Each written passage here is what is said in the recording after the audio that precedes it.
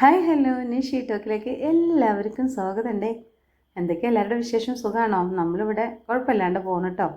അപ്പോൾ ഇന്ന് രാവിലെ തന്നെ ഞാനൊരു ചീരത്തോരൻ ഉണ്ടാക്കാമെന്ന് കരുതി നമ്മൾ പാടത്തേക്ക് ഒന്ന് പോവുകയാണ് ചീര എടുക്കാൻ വേണ്ടിയിട്ട്.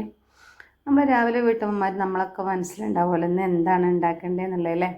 അങ്ങനെ ഞാൻ വണ്ടിയൊക്കെ എടുത്തിട്ടൊന്ന് പോയി നോക്കണം. നമ്മൾ ജസ്റ്റ് താഴെ തന്നെയാണ് കേട്ടോ പാടം എന്ന് പറയുന്നത്.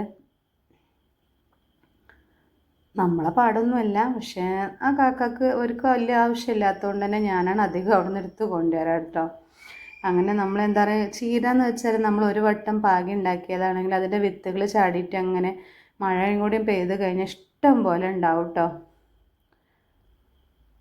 അങ്ങനെ എനിക്ക് ആവശ്യമുള്ള ചീരകൾ പറിച്ചെടുക്കണേ, കുറച്ച് മതി.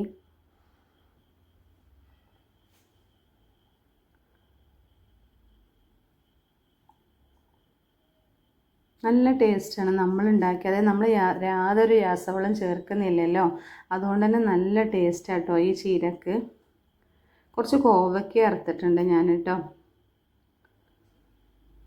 പിന്നെ ഞാൻ പോയി വെക്കുന്നത് എന്താണെന്ന് വെച്ചാൽ വാഴക്കൊല ഉണ്ടാവും, മൂക്കാതെ ചാടിയിട്ടുണ്ടാവും.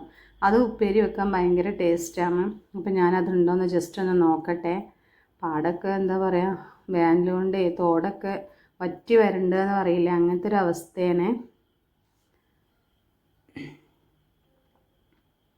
അപ്പോൾ എനിക്കൊരു വാഴക്കൊലയും കിട്ടിയിട്ടുണ്ട് കേട്ടോ. അപ്പോൾ നമുക്കിത് കൊണ്ടുപോയിട്ട് ചീരത്തോരൻ ഉണ്ടാക്കാം.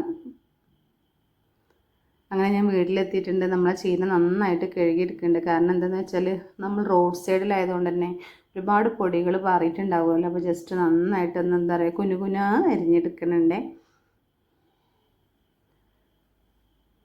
ഇവിടെ മക്കൾക്കൊക്കെ ഇഷ്ടമാണ് കേട്ടോ ഇങ്ങനെ ഉണ്ടാക്കുന്നത്. നാളികേരം അരക്കാതെ ഇഷ്ടമാണ്. നാളികേരം അരച്ചിട്ട് തോരനാക്കി ഉണ്ടാക്കുന്നതും കുട്ടികൾക്ക് നല്ല ഇഷ്ടമാണ് കേട്ടോ. ഞാൻ അധികം ഉണ്ടാക്കാറുണ്ട്. അങ്ങനെ ഞാനത് അരിഞ്ഞെടുത്തതിന് ശേഷം എനിക്ക് പിന്നെ തോന്നി ഒന്നും കൂടി കഴുകാൻ നേരത്തിട്ട് ഞാൻ നന്നായിട്ടൊന്ന് കഴുകിയെടുക്കുന്നുണ്ടേ.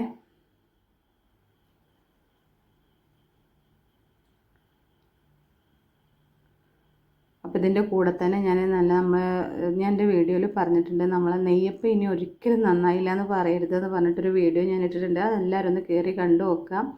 അത് കണ്ടാൽ പിന്നെ നിങ്ങൾക്ക് ഒരിക്കലും അതുപോലെ അത് ഫോളോ അപ്പ് ചെയ്താൽ നെയ്യപ്പം ഇനി നന്നായില്ല നിങ്ങൾ പറയില്ല. അപ്പോൾ അതൊന്ന് നോക്കണം കേട്ടോ. ഇന്ന് ഞാൻ മാവ് കൂട്ടി വെച്ചിട്ടാണ് ഞാൻ പാടത്ത് പോയത്, കാരണം ഇന്നൊരു ഗസ്റ്റ് ഉണ്ട് എന്ന് പറഞ്ഞിരുന്നു.